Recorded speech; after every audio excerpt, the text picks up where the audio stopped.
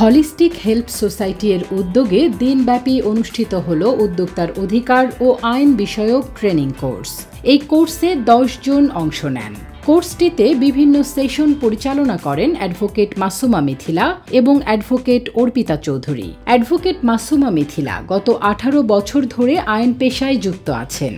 সেই সাথে একজন নারী উদ্যোক্তা হিসেবে প্রায় 7 বছর ধরে ফ্যাশন ডিজাইনিং এর কাজ করছেন।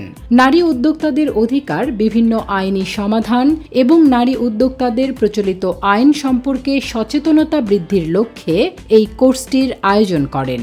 মাসুমা মিথিলা আইনজীবী হিসেবে ক্যারিয়ার শুরুর পাশাপাশি হলিস্টিক হেল্প সোসাইটি প্রতিষ্ঠা করেন। হলিস্টিক হেল্প সোসাইটি প্রায় 350 এনজিও উদ্যোক্তা তৈরি করে 550 এনজিও এর সাথে প্রত্যক্ষ ও পরোক্ষভাবে কাজ করে।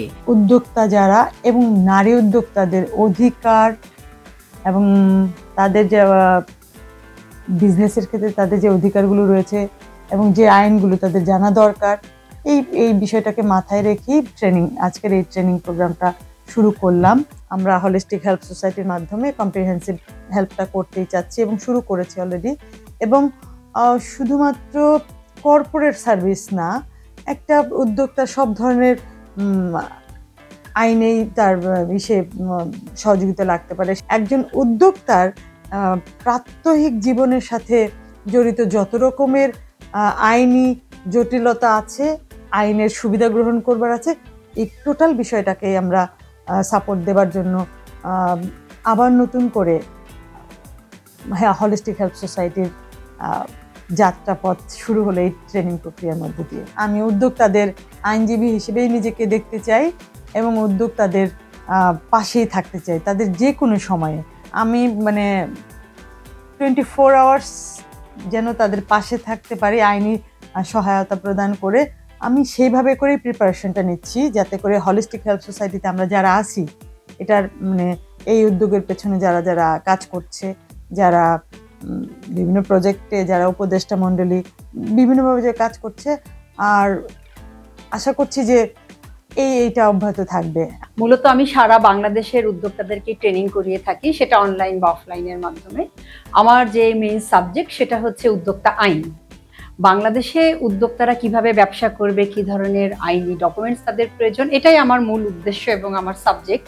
আজকে এখানে যে ট্রেনিংটা করিয়েছি সেটার একটা মূল অংশ ছিল একজন উদ্যোক্তা কিভাবে ব্যাংক লোন পেতে পারে, কিভাবে তার ট্যাক্স ফাইলটা মেনটেন করতে পারে এবং তার ভ্যাটের বিষয়টা।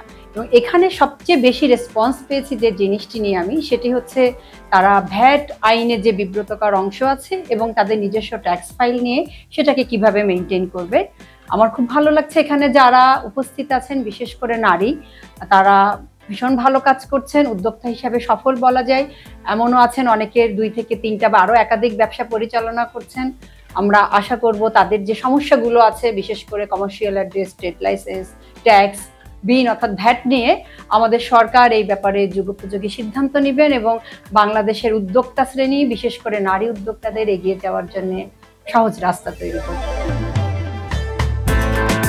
উদ্যোক্তাদের উদ্যোগকে স্বতঃস্ফূর্তভাবে পরিচালনা করার ক্ষেত্রে বিভিন্ন আইনি চ্যালেঞ্জগুলো যেন সহজভাবে সমাধান করা যায়, সেই লক্ষ্যে হলিস্টিক হেল্প সোসাইটির এই উদ্যোগকে যুগোপযোগী উদ্যোগ বলে জানান উদ্যোক্তারা।